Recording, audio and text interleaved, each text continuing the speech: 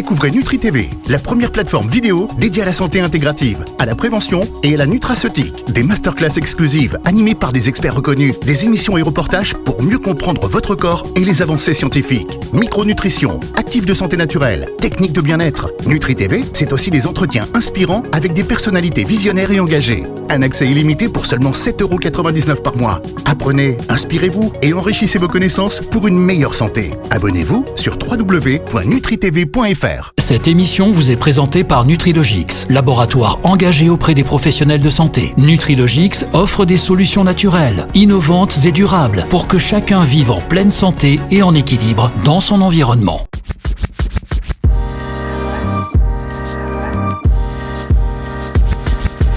Santé 360, Stéphane Résimon sur Nutri Radio.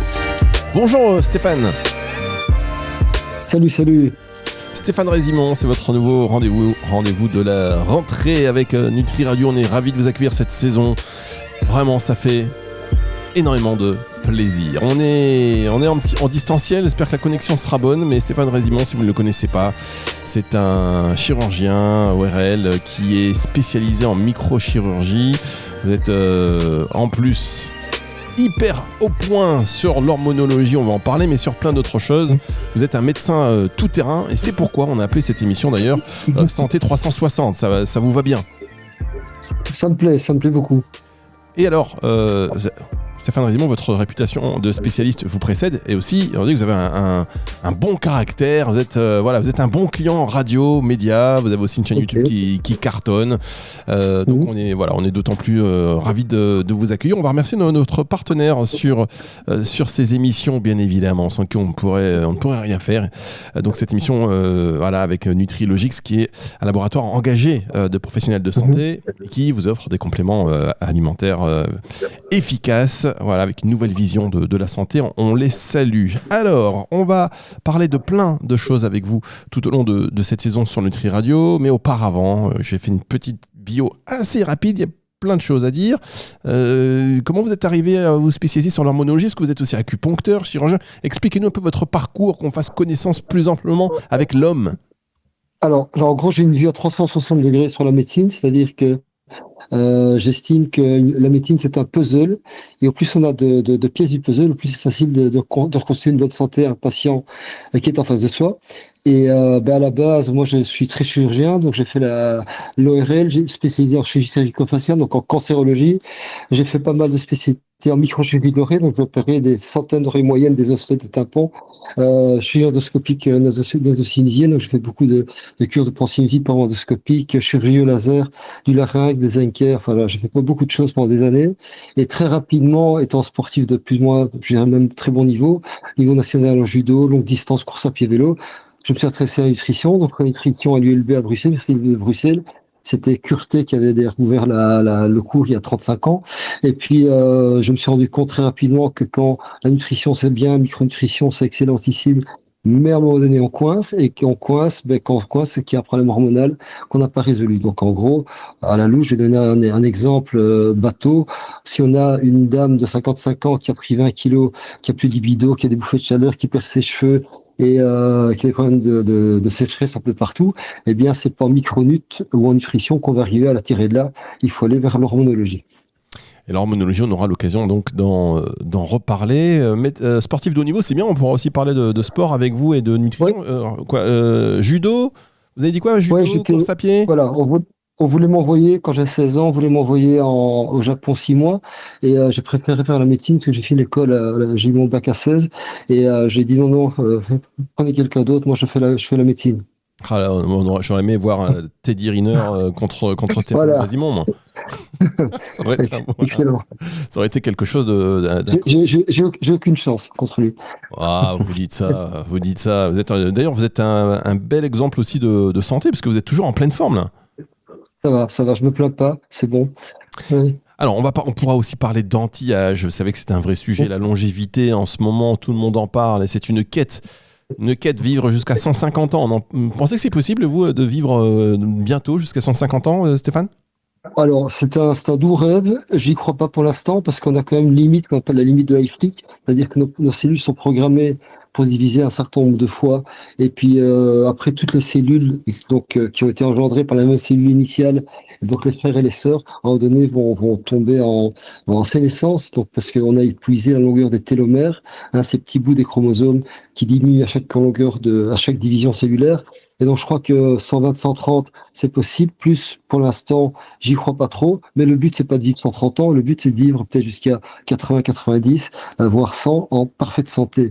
Et donc, en gros, moi, mes patients, je les remets d'aplomb. Je fais qu'ils retrouvent leur énergie, leur joie de vivre, leur masse musculaire, et qu'ils ne développent pas de pathologie de chronique qu'on appelle de civilisation. Et donc, c'est autant mourir en bonne santé. Oui, c'est vrai que c'est pour vivre 150 ans et être comme ça, grabataire, ou excusez-moi du terme, Exactement. mais bon, voilà, ça sert pas à grand-chose, autant vivre Ça un n'a peu. pas d'intérêt, exactement. Exactement. Bon, alors, Stéphane Rézimant, on va parler d'hormonologie avec vous tout au long de cette saison, hein. Excusez-moi, chers auditeurs, on aura l'occasion de le retrouver chaque semaine. Donc là, je prends mon temps pour cette petite introduction. Vous êtes aussi un personnage, est-ce que vous êtes, avec des positions, on va dire, qui sont bien tranchées. Ouais, exactement, tout à fait, oui, tout à fait. Je suis en grosse bagarre contre l'ordre des médecins belges. Donc je les attaque en justice pour leur bêtise, qui est d'ailleurs décuplée en France. Alors, l'ordre des médecins Oh là là. français Allez, ça... ne vaut pas mieux. Et donc je plains mes collègues français qui doivent faire leur ordre, et je plains mes collègues français qui doivent faire en France et qui doivent faire à l'HAS. C'est vraiment deux parasites qui perturbent vraiment une bonne médecine, et j'ose dire haut et fort. Bien, alors on va pas se faire que des amis, mais néanmoins vous allez faire connaissance avec notre ami Pollux qui, avec vous, je pense, va intervenir très souvent. Écoutez-le. Salut, moi c'est Pollux. Alors, n'oubliez pas que ces informations ne sauraient se substituer à un avis médical ni à un traitement. Consultez votre médecin généraliste. Voilà, je risque de vous interrompre assez souvent pour remettre. Il a raison. Pour mettre Pollux. Alors, vous avez dit en début d'émission, quand on était hors antenne, voilà, moi je suis hormonologue et pas endocrinologue. La différence entre les deux, mon cher Stéphane ? Alors, je respecte énormément les endocrinologues. Ce sont des collègues qui ont fait une spécialité en médecine qui s'appelle la médecine interne, avec option donc endocrino. Donc, en gros, ils sont censés s'occuper de toutes les hormones, que ce soit la DHA, le cortisol, la testo, l'insuline, les hormones thyroïdiennes. Mais dans la pratique des choses, ce qu'on voit, et je constate ça depuis que je suis étudiant en médecine, hein, j'ai déjà repéré l'hôpital, sont des excellents diabétologues type 1. Donc diabète insulino-dépendant, on n'a plus d'insuline, on a de l'insuline. Ils se débrouillent en thyroïde, mais malheureusement souvent très mal parce qu'ils n'utilisent que la T4, ça s'appelle l'Levothyrox, L-thyroxine T4, et ils oublient que l'hormone active c'est la T3, soit, et également en fait en endocrino, sauf il y a des exceptions, hein, je ne mets pas tout le monde dans le même sac, mais en endocrino c'est blanc ou noir. Donc en gros, où on a une absence rénalienne totale, où on a une maïque Cushing, qui est une hypercortisolémie. Et donc il y a plein de nuances de gris entre un déficit total ou complet en immunohormones, et entre les deux points, il y a vraiment plein de nuances de gris. Et en fonctionnel, on s'occupe également des nuances de gris, même exclusivement des nuances de gris. Et ça, c'est quelque chose qui parfois perturbe les collègues endocrinos ou les patients, hein, qu'on leur dit endocrino, tout va bien, et que nous, on leur trouve une hypothyroïdie parce qu'ils ont 10, 15, 20 symptômes d'hypothyroïdie. On traite l'hypothyroïdie à biologie normale. Ok, alors, Voilà, je merci pour ces précisions. La semaine prochaine, on aura, je vous dis, une connexion qui sera normalement bien meilleure, mon cher okay. Stéphane. Mais là, c'est important de vous avoir et de démarrer ces émissions sur, par exemple, l'hormonologie. C'est un mot que j'ai cité 2-3 fois déjà depuis le début, mais qu'est-ce que c'est exactement et pourquoi elle est centrale pour vous dans la prévention santé ? Exactement. Alors, il faut savoir que quand on arrive à l'âge canonique de 30-35 ans, pour un homme ou pour une femme, on est déjà techniquement pour une femme en préménopause et pour un homme en préandropause. Moi, j'ose dire que mon andropause a commencé quand j'avais 37 ans, après une baisse de testo et de DHA. J'en ai 64, je pète la forme. Eh bien, une femme, malheureusement, quand j'ai une patiente en face de moi qui vient parce qu'elle a pris 2-3 kilos, elle est un peu moins libido, elle a une petite ptose des seins, etc., et qu'elle a 35-40 ans, j'ose lui dire, écoutez, madame, vous êtes en préménopause, il va peut-être falloir s'occuper des hormones féminines également. Et donc, ah oui, tout à fait, c'est comme ça. Le déclin des ovariens, pendant ce week-end, j'étais à Lyon, et j'ai formé 28 collègues français en hormonologie. Et ben là, ils le savaient déjà, mais une femme, techniquement, peut avoir des symptômes de manque d'hormones féminines, progestérone en premier lieu, œstrogène en deuxième lieu, dès qu'elle a 35, parfois même plutôt 30 ans, 35, 40 ans. Waouh. Alors, Oui. la bonne nouvelle, c'est qu'on peut faire quelque chose et on y reviendra dans un tout petit instant. Marque une pause. On se retrouve sur Nutri Radio avec le docteur Stéphane Résimon. Vous êtes passionné de santé, professionnel ou simplement acteur de votre bien-être? Découvrez Nutrilogix. Notre vision, devenir une référence en santé naturelle et innovante. Notre mission, offrir à chacun des solutions accessibles et durables pour vivre en pleine santé et en équilibre avec son environnement. Parce que la santé de demain se construit aujourd'hui. Ensemble, transformons nos habitudes. Nutrilogix révolutionne la santé. Plus d'infos sur www.nutri-logix.com.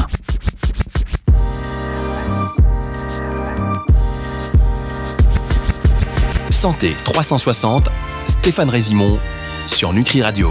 Merci de vous abonner si vous nous écoutez en podcast via Spotify, votre nouvelle émission, vous la cherchez, Santé 360, présent aussi sur Apple Podcast, sur Deezer, sur Nutri Radio, évidemment, nutriradio.fr dans la partie médias. On parle d'hormonologie, on va en parler très souvent, mais pas que, c'est la Santé 360 avec le docteur Stéphane Résimon. Une petite connexion un peu délicate aujourd'hui, mais ça passe quand même. On va s'améliorer au fur et à mesure des semaines. Et vous disiez juste avant la pause que ce soit andropause ou ménopause, les premiers symptômes peuvent apparaître à la trentaine. En gros, ça change de ce qu'on entend. Exactement. Alors, ce qui se fait... oui, dites-moi, excusez-moi, c'est moi qui vous écoute et on vous écoute religieusement. Pardon, Stéphane. Alors en fait, il faut savoir que à cause d'une pollution qu'on subit tous par ce qu'on appelle des perturbateurs endocriniens, qui sont des substances qui vont bloquer nos hormones ou avoir un effet œstrogénique, donc comme les œstrogènes, je parle des plastiques, phtalate, bisphénol et autres, sont l'emballage des aliments, les cosmétiques, les désinfectants qu'on utilise. Et toutes ces substances qu'on appelle des perturbateurs endocriniens vont bloquer nos hormones, vont donner, par exemple, chez des jeunes adolescents garçons, des seins, des grosses prostates et de la cellulite, vont donner des infertilités chez la femme, vont donner des problèmes de libido chez l'homme, vont donner des cancers à la prostate chez les tout jeunes qu'on voit actuellement. Et donc, en gros, nos hormones sont complètement chamboulées, sont perturbées, et on voit, c'est en explosion ces dernières années. Je viens d'avoir depuis un an et demi, 2 cancers à la prostate chez 2 jeunes de 18 ans, et je viens d'avoir 3 cancers du sein, une qui a eu 19 ans, 2 qui a 20 ans, des choses que je n'ai jamais vues de ma vie, et pourtant je travaillais en cancérologie pure et dure aux années 80, j'ai jamais vu ça. Alors je ne vous dis pas quel était le point commun à ces 5-là, mais il y en a un, il y a un perturbateur endocrinien commun à ces 5-là, et si vous insistez, je vous le donnerai, mais voilà. Alors, je me permets d'insister. Quels sont les points communs? Vacciné 3 fois Covid. Ah mince, attendez, top. Salut, moi c'est Paulus. Je sais plus quoi faire. Ok, très bien. Non, mais bon, vous l'avez dit, c'est un point commun, mais sur finalement 2 cas qui sont pas si nombreux que ça. Et on aura peut-être l'occasion de faire une émission là-dessus très ouverte, parce que c'est vrai qu'il y a des sujets, quand on les aborde, on n'ose plus rien dire. Alors, nous, on le dit quand même, on discute. Vous avez, chacun est libre de son avis, de ses observations. Voilà, mais il y a des sujets comme ça, on tremble dans les chaumières, on n'ose pas parler, on n'ose pas parler des choses qu'on voit. Bon, les choses, oui. C'est comme ça. Mais bon, ceci étant dit, est-ce que vous pensez que... J'ai un première émission, on n'est pas déçus. Alors, qu'est-ce que vous pensez que ce qu'on peut dire plutôt que ce sont les hormones qui pilotent notre métabolisme, notre humeur, notre énergie, la libido, c'est les pilotes? Oui, tout à fait. Donc les hormones sont des substances parfaitement naturelles que l'être humain et tous les animaux, on est une race d'animal bien particulière, on est un animal finalement. Donc depuis que les animaux existent, que l'homme existe, il y a des hormones dans notre corps qui sont là pour faire un job colossal. Et ces hormones, lorsqu'elles viennent à décliner, entraînent des effets secondaires, des symptômes qui sont divers. Ça peut être la fatigue, la prise de poids, plus de cancer. Je donne des cours d'ailleurs sur le lien qu'il y a entre baisse hormonale et cancer. Et ces hormones, mais vraiment le fait d'optimaliser de façon intelligente, mais ça demande une formation qui est quand même pas négligeable, le fait de les optimaliser, eh bien ça fait qu'on retrouve un fonctionnement du corps qui est censé être quasiment parfait. Alors moi je suis à fond pour la phyto, j'enseigne la phyto, mais on n'aura jamais une plante, une combinaison de plantes qui va reproduire exactement l'effet bénéfique de l'hormone pour la santé. Je donne un exemple tout simple. La progestérone, qui est une des deux hormones féminines, mais dont l'homme a également besoin. Moi, je suis sous progestérone tous les soirs. Et bien, cette progestérone qu'on appelle, nous, l'hormone anti-cancer du sein, anti-cancer de l'utérus, et bien, cette hormone, elle peut être simulée par des plantes. Le yam, le gâtillier, l'alchimie, par exemple. Mais malheureusement, on n'a pas l'effet préventif cancer qu'a l'hormone elle-même. Donc, c'est bien de la phyto, mais il faut savoir que ça a ses limites et que parfois, on n'a pas à 100% l'effet escompté par rapport à la déficience de l'hormone initiale. Très bien. Vous êtes sous progestérone tous les soirs, ça veut dire quoi exactement ? La progestérone, c'est l'hormone qui monte le GABA. Je suis cool, relax, je m'énerve pas, je dors bien la nuit. Et je donne l'exemple, beaucoup de femmes, par exemple, qui arrivent à 35-40 ans, elles commencent à être stressées, énervées en journée, mal dormir, elles se réveillent la nuit, pensent à tout ce qui va pas dans la vie, ce qui les empêche de dormir. Et là, elles tombent sur un médecin. Le médecin pousse le bouton, c'est le même qui va prescrire, qui va donner, pour un cholestérol élevé, il va donner une statine, pour un truc facile, il va donner un IPP, eh bien, ils vont lui donner un calmant, ils vont lui donner des somnifères, alors qu'il ne va pas régler le problème initial, qui est la baisse de progestérone, parce qu'elle arrive à la quarantaine. Et donc, s'il avait traité convenablement cette anxiété inappropriée, ces troubles du sommeil par la progestérone, eh bien, il aurait également évité à la dame d'avoir un cancer du sein plus tard, puisque avec une progestérone basse, avec des symptômes de syndrome prémenstruel, eh bien, on augmente le risque de cancer du sein de 24%. Et alors, ce boost de progestérone, c'est quoi ? C'est naturel, c'est par l'alimentation, des actifs, des plantes ? Ah non, une hormone est synthétisée dans le corps, donc on ne sait pas c'est pas avec des compléments alimentaires ou des aliments qu'on la synthétise. Maintenant, il est vrai que pour la synthétiser, ça nécessite des briques. Ça nécessite du cholestérol. Par exemple, les hormones stéroïdes viennent du cholestérol. Donc, on sait que si on va baisser le cholestérol, on va avoir une baisse de la DHEA, du cortisol, des oestrogènes, de la progestérone, de la prénolone. Mais également, les hormones thyroïdiennes, par exemple, proviennent de la tyrosine. C'est un acide aminé que le corps capte principalement dans les protéines du matin. Aussi, le matin, le patient ou la patiente mange une cracotte avec du beurre dessus, pas de protéines. Donc, il y aura déjà des carences hormonales probables qui vont apparaître. Il faut des cofacteurs, il faut plein de petites substances qui s'appellent vitamine B1, B2, B3, qui s'appellent zinc, cuivre, vitamine D pour synthétiser ça. Donc c'est très très très complexe. Mais après un certain âge, le vieillissement des glandes endocrines est tel que même en donnant tout ce qu'il faut comme brique de départ, même en donnant tous les petits outils qui permettent de synthétiser l'hormone, ça va pas aller. On peut pas demander à un vieux testicule comme moi qui ai 65 ans de sécréter autant de testostérone qu'un testicule de jeune qui a 20-25 ans. Donc à un moment donné, il faut passer à la complémentation hormonale. La complémentation hormonale, on en reparlera parce que c'est vrai que ces sujets a beaucoup d'interrogations et de questions et surtout c'est lié aussi à un grand savoir-faire parce qu'il faut savoir les doser tout ça. C'est pas... Alors, je donne l'exemple, les 28 thérapeutes que je vais former ce week-end à Lyon, je suis encore à Lyon d'ailleurs ici, eh bien, ils étaient admis au cours, s'ils avaient déjà une grosse expérience en hormonaux, s'ils avaient déjà suivi des cours plus basiques précédemment, donc c'est pas... on ne sait pas faire une formation en hormonaux en 2 heures. Ça demande vraiment des jours de cours. Et il faut assister à un collègue qui connaît déjà bien la musique en consultation pour voir comment il fait, apprendre également pratiquement sur le terrain comment agir. Et est-ce que sur cette question d'hormones, on aura l'occasion d'ailleurs d'en reparler à plusieurs reprises dans cette émission. Vous l'avez bien compris, je sens déjà qu'on va avoir des questions. Si vous voulez poser des questions à Stéphane Résimon, vous n'hésitez pas à vous passer par le site de la radio, nutriradio.fr, dans le formulaire de contact. Vous allez nous donner les outils. Est-ce qu'aujourd'hui, vous, votre pratique, vous l'accompagnez encore par des recherches ? Est-ce que vous êtes vigilant sur tout ce qui sort, les études cliniques ? Alors, je donne un exemple parce que je suis en plein dans le cours de ce week-end par rapport au cours que j'ai donné il y a moins d'1 an sur le même sujet et j'ai ajouté une centaine de diapositives. J'en ai supprimé certaines parce que certaines choses que j'avais dit s'est révélé moins vrai que ce que je croyais. Par contre, il y a de nouvelles choses qui sont apparues. Donc, la médecine a une évolution quasi quotidienne. Moi, je lis 2-3 heures par jour la littérature médicale dans le domaine cardio, pneumo, gastro, neuro pour me mettre à jour. Et l'hormonologie dont on parle aujourd'hui ne fait pas exception. Même si, je crois qu'on connaît déjà quasi tout en hormonaux, il y a des améliorations, on devient plus fin avec les découvertes. Alors j'ai encore découvert ce matin, je lisais un article sur le vieillissement qui était mesurable par la glycanisation, pas la glycation, la glycanisation, donc c'est les sucres qui se collent aux anticorps. Eh bien, j'ai découvert ce matin, donc ce n'était pas dans mon cours d'hier ni d'avant-hier, que eh bien, des bons taux d'œstrogène diminuer la glycanation, qui donne un vieillissement général du corps, le bon taux de testo également, diminuer la glycanation et également la DHEA, chose que j'ignorais jusqu'à ce matin. Donc j'ai encore appris des nouvelles notions d'hormonaux ce matin, alors que je crois que je connais pas mal de choses.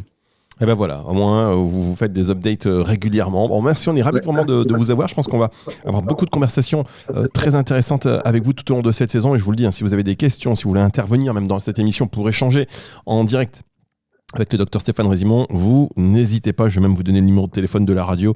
Il a dormi tout l'été, ce numéro de téléphone, donc je ne le connais plus évidemment, mais là vous allez pouvoir le reprendre. C'est le 0666 94 59 02, 0666 94 59 02.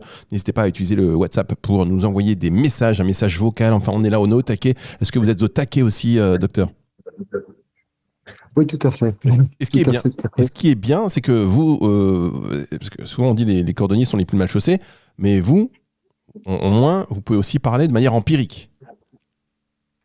C'est-à-dire empirique. C'est-à-dire que les hormones, vous les connaissez. J'imagine que vous testez des choses chez vous, que vous voyez, vous modifiez. Alors, il y a un grand principe, tout ce que je prescris chez un patient, quasiment, sauf des exceptions, je vais me mettre de l'œstrogène, donc hormone féminine, femelle sur la peau, mais à peu près tout ce que je prescris, je l'ai testé dans la mesure du possible. Et ça, c'est très important, parce que quand on parle, par exemple, d'activité physique et de bien-être et de santé, il faut au moins faire un peu de sport. On va pas aller chez un médecin, on va parler de surpoids alors qu'il est obèse et qu'il est fumeur. Donc il faut quand même que ce qu'on fait et que ce qu'on reflète, que ce soit physiquement, psychiquement, soit en concordance avec ce qu'on propose aux patients. Moi, j'adore cette philosophie. Merci beaucoup, Stéphane. On va se retrouver la semaine prochaine. On essaiera d'améliorer cette petite connexion, mais dorénavant, voilà, c'est émission qui va devenir culte, je le sens, Santé 360. Et on fera aussi des émissions pour Nutri TV, spécialement avec le docteur Stéphane Résimon. Voilà, ça démarre, la saison démarre plein pot, on va dire. Merci beaucoup, Stéphane.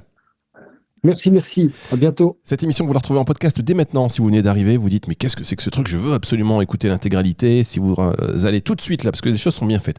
Sur nutriradio.fr, a priori, Brian a mis l'émission en podcast dès maintenant et sur toutes les plateformes de streaming audio. On se retrouve la semaine prochaine. Restez avec nous sur Nutri Radio.